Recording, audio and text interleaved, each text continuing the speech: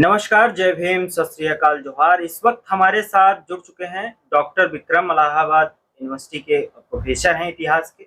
Sir, जैसा कि देखा जा रहा है कि आज शिक्षक दिवस मनाया जा रहा है। शिक्षक दिवस मनाने में 2 लॉबी है। एक जो अम्बेडकरवादी हैं, ज्योतिराव फूले और सावित्रीबाई फूले जैसे जो हमारे महापुरुष हैं, उन शिक्षक दिवस पे उनको अपना आइडियल मान रहे हैं। एक दूसरा तबका है जो सर्वपल्ली राधाकृष्णन को अपना आदर्श मानने का काम कर रहा है। तो आप इसको कैसे देखते हैं? बहुत बहुत धन्यवाद। मैं इस विषय की शुरुआत इस रूप में करना चाहूँगा कि एक प्रोफेसर हैं येचकार की किताब है व्हाट इज हिस्ट्री। और व्हाट इज हिस्ट्री का जो दूसरा चैप्टर है, वो चैप्टर इस पे सोसाइटी और इंडिविजुअल पे है। इतिहास की धारा देखें तो येचकार ये कहते हैं कि बहुत दिनों से, मतलब कई सेंचुरी से सोसाइटी ने केवल इंडिविजुअल के ऊपर प्रभाव डाला है और हिस्ट्री उन्हीं के पास इर्द गिर्द घूमती रही है। एपीजे टेलर ने इस बात को कहा है, येचकार ने कोट किया है, a good biography is a bad history. एक अच्छी बायोग्राफी एक खराब इतिहास है। तो मैं इस संदर्भ में इसी रूप में देखने की कोशिश कर रहा हूँ कि कैसे इतिहासकारों ने राधा कृष्णन जी को बहुत बड़ा लार्जर देन लाइफ जैसा एक माने फिगर शो किया है, एक फिगर बनाया है। मेरा मानना है कि ये फिगर ठीक नहीं है।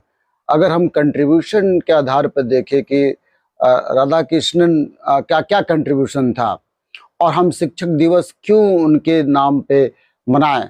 शिक्षक दिवस तो उनके नाम पे मनाना चाहिए जिसने बहुत सारे कॉलेज खोले हों, बहुत सारे स्कूल खोले हों, शिक्षा के जगत में बहुत बड़ा अहम रोल प्ले किया हो। उसका जयंती ही या उसका शहादत दिवस ही इसके लिए उपयुक्त होता है। अगर इतिहास की नज़र डालें तो जो आपने सवाल किया कि 2 धड़ा है, पहली बात तो ये 2 धड़ा के बाद अभी रिसेंटली जो पिछड़ा समाज है, जो दलित समाज है, उसने सावित्रीबाई फुले के जन्मदिन को शिक्षक दिवस माना। ये बहुत नई बात, लेकिन आम तौर पे शिक्षक दिवस राधा कृष्णन के जन्मदिन को ही मनाया जाता है। मेरा ये मानना है कि राधा कृष्णन का अगर हम शिक्षक दिवस के रूप में कंट्रीब्यूशन देखें तो बहुत नहीं है।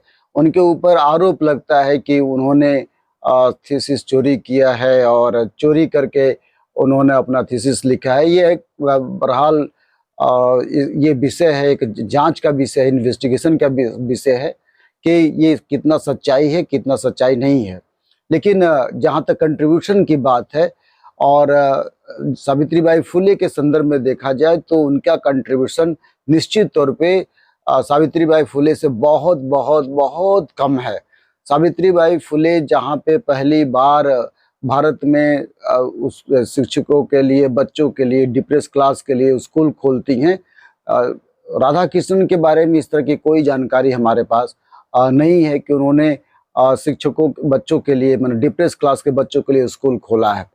राधा कृष्णन एक ओरिएंटलिस्ट आइडिया को मानते थे, प्राच्यवादी विचारधारा को भी मानते थे और एक राष्ट्रवादी विचारधारा था। और उनकी जितनी भी राइटिंग्स है वो हिंदू धर्म के इर्द गिर्द उनके दर्शन पर आधारित है।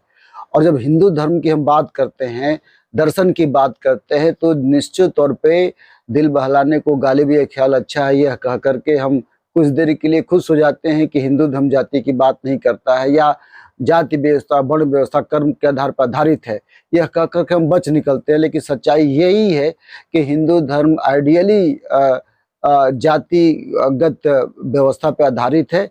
उसमें ब्राह्मण, क्षत्रिय, वैश्य और शूद्र नामक जो संस्था बनाई गई है जिसमें पांचवा पंचमा वर्ण है। इस बात को राधा कृष्णन जी डायरेक्टली इनडायरेक्टली सपोर्ट करते हैं।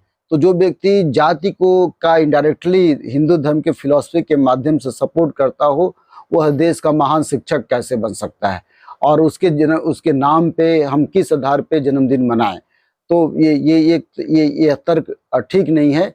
निश्चित तौर पे ज्योतिराव फुले और सावित्रीबाई फुले के जन्मदिन को हमें शिक्षक दिवस के रूप में मनाना चाहिए। और जब कभी बहुजन समाज की या पिछड़ों की सरकार बनेगी और अगर हमारे जैसे प्रोफेसर जिंदा रहे तो सरकार को निश्चित रूप हम पिटीशन देंगे या सुप्रीम कोर्ट में या पिटीशन देने लायक है, PIL दाखिल करने लायक है कि किसके नाम पे जन्मदिन मनाया जाना चाहिए। मैं तो यहाँ तक ही पिटीशन दूंगा कि राष्ट्रपति, राष्ट्रपिता किसको कहा जाना चाहिए, या महात्मा गांधी को कहना चाहिए या डॉक्टर B.R. अम्बेडकर को कहना चाहिए। If I see from my own eyes, I understand that Dr. B.R. Ambedkar should be placed as a Rashtrapita of this country, certainly not Mahatma Gandhi. In the same fashion, Jyotirao Savitribai Phule should place the Shikshak Divas, her birth anniversary should be placed or should be मनाया जाना चाहिए हमें राष्ट्र शिक्षक दिवस के रूप में। तो ये this is the problem, I understand. ये बात मैं आपके चैनल के माध्यम से कहना चाहता हूँ कि हम भारत सरकार को, या जब कभी पिछड़ों की सरकार बनती है, इनफैक्ट कांग्रेस की सरकार बनती है, तब भी यह बात माननीय राहुल गांधी जी से की जाएगी कि शिक्षक दिवस सर्वपल्ली राधाकृष्णन की जगह पे सावित्रीबाई फुले के जन्मदिन को मनाया जाना चाहिए।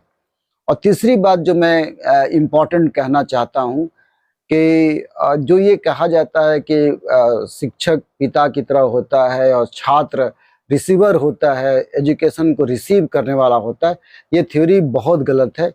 मुझे आपके जो दो दोहा बहुत प्रचलित हैं शिक्षक को लेकर के, एक कबीरदास की कि गुरु गोविंद दो खड़े काके लागू पाए, गुरु बलिहारी आपने गोविंद दियो बताए, यह दोहा ही गलत है।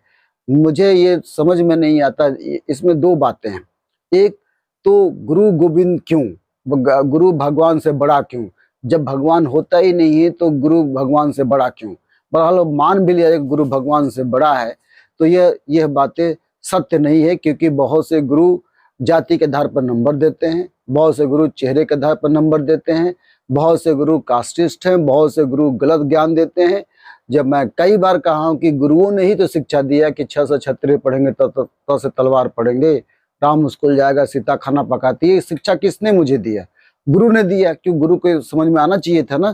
तो जो गुरु शिक्षा कास्ट के आधार पर दे रहा है, जाति के आधार पर दे रहा है, जाने अनजाने में, वो है गलत कर रहा है।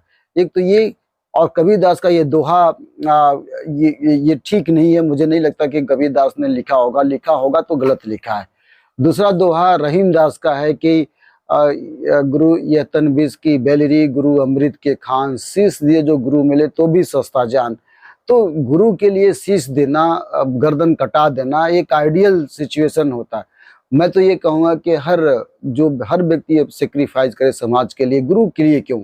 गुरु अगर अच्छा व्यक्ति है तो हमें लॉयल्टी शो करनी चाहिए, ये लॉयल्टी की बात है। लेकिन गुरु गलत भी करे, और यह कोट नहीं करना चाहिए, लेकिन मैं फिर भी कोट कर रहा हूँ कि महाभारत में गुरु ने, द्रोणाचार्य ने एकलव्य का अंगूठा लिया था, सबको है। तो क्या इस तरह के गुरु का सम्मान करना चाहिए कि उसका बहिष्कार करना चाहिए?